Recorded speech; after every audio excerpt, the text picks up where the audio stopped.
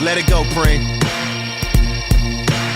Z06 vet, gripping, feeling almost there. Listening to Bon Jovi, rolling, living on a prayer. Privy to the gossip that's been said about me constant. It's the life and times of Bumpy Johnson meets Nucky Thompson. What's up, everyone? This is Demos here for GlobalGrind, and I'm here with two of the greatest ever. I can say that, right? Absolutely. DJ Premier, Royce the PRhyme. Yeah, and together they're PRhyme. Yes. And they just dropped an album that came out yesterday. Which is incredible. December 9th. I guess my first question would be, how'd y'all meet? We met back when Royce was on Tommy Boy Records.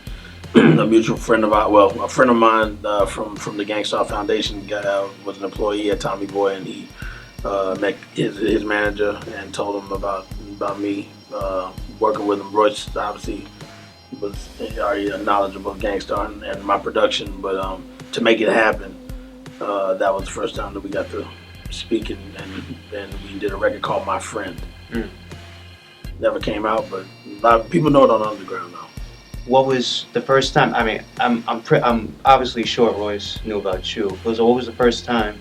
Like, what was your first impression when you first heard Royce the PRhyme? Well, the first time I ever heard him rap was a record called Nothing to Do and Scary Movie, which was a 12-inch single, because I was doing radio at the time. So anything that came in new, especially when you see an artist you never heard of. I had already heard of Eminem from the Outsiders, team out in Jersey and stuff, because he was rocking with them during that time. So I was familiar with his songs and just demos and stuff. But as far as Royce, the Nothing to Do and Scary Movie record was the first time I ever heard of him. Plus, I got to see what he looked like on the back of the cover.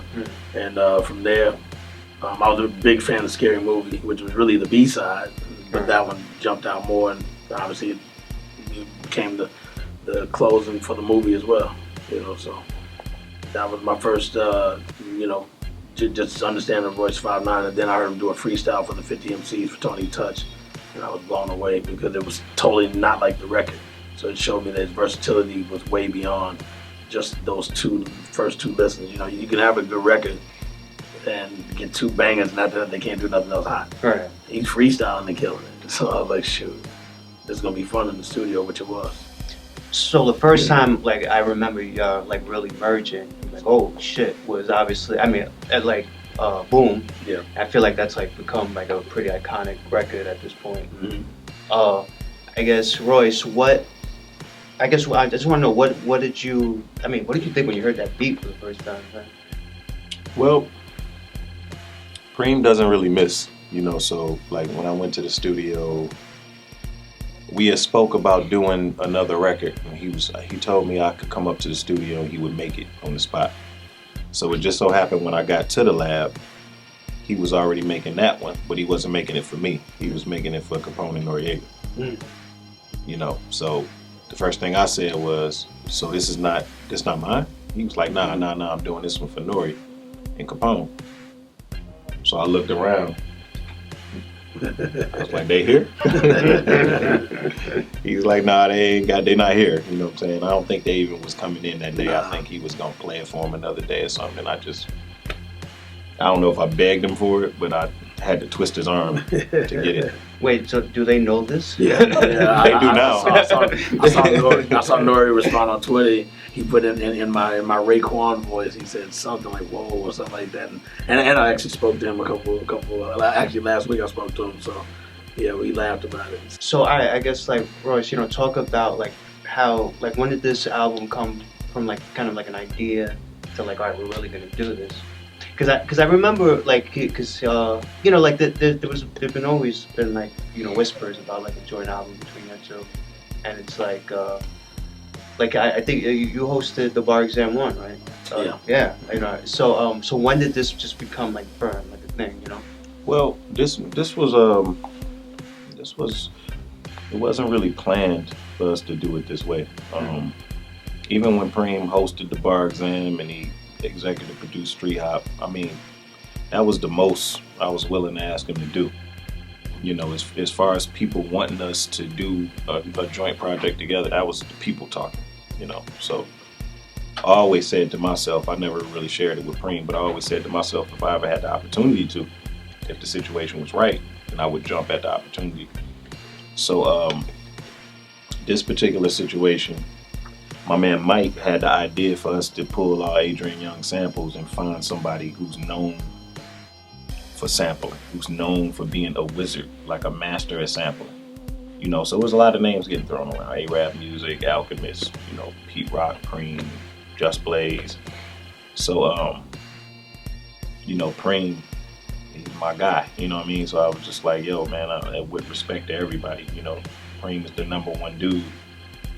If we can get him, and the idea was for Slaughterhouse, if we can get him and we do an EP that way, I think that'd be really dope. And it's such a great idea that I think it's something we'll have to act on right now. We have to do it fast because somebody else will do it.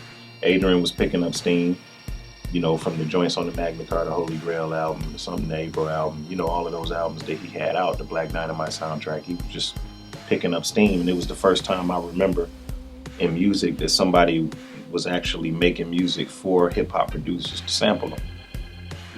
He's well documented in saying that. So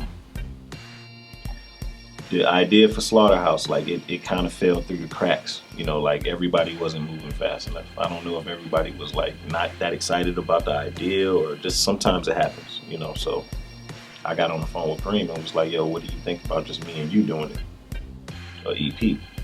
So it kind of rolled from there, and the whole process was kind of like a brainstorming thing where we just kept going and going, and shit just kept falling into place. Everything just kept feeling organic. Then we looked up and it was an album. You know, we just went from there. We never talked about doing it again. We never, you know what I'm saying? Like it's just everything feels natural, and that's what's so great about it. You know, the organic feel of it. You know what else is crazy? Every song, this is for the first time it's ever happened to me.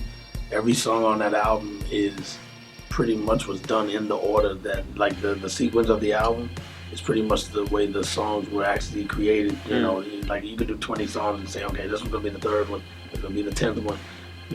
They were created pretty much in that order. You know, maybe give or take one or two, but every one that he was like, yeah, I'm messing with this one too. It just happened to fit right after that next song. How did y'all pick like the guest rappers? You know, you got a bunch of guys, you know, Totally. Common, you know, Yeah. Mac Miller, Absol. Like, how did that? Like, what was like? Did you have like a wish list? Or? You know, sometimes you just, you know, you hear the beats and certain artists come to mind. You know, I think even fans do it. You know, like sometimes on my timeline, people would be like, yo, you should put such and such on this song. He would kill that. You know, like everybody just have it. I just have it kind of like an ear for it, like who I think would, I know who I like, and I know who would probably kill it out of the people that I like. So what I did was, one of the things that I wanted to do was, I wanted to work with a couple of new guys, and I wanted the newer generation to be able to hear some of the new guys over PRhyme's production too.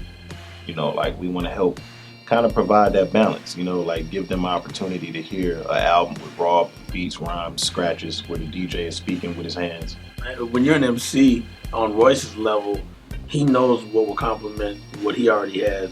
He has a gift, so he's not gonna team up with somebody who's not gonna come with a hot pen. So it was me more like, wow, you got that person before hearing it, and then I'd be like, all right, I'm gonna listen to it, because again, the pairings were so different. Like That Sound Good with Absol and Mac Miller, you don't expect that, and everybody came with it, you know. So same thing with Killer Mike. He was very last minute because Schoolboy Q had been on it already, so I was already like, oh yeah, and I like Q the way he rhymed.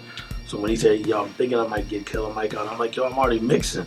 And he's like, yo, just wait till tomorrow, I might have it.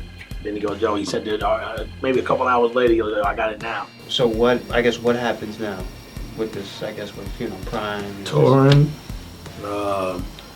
working on a bonus album where we're gonna do some more new songs with some other guests. Okay. All of them will have guests, and very, very important guests, but we won't mention them until the songs are done. And we like to make it more of a surprise. Even the way we came out, you know, we warned people, but we didn't.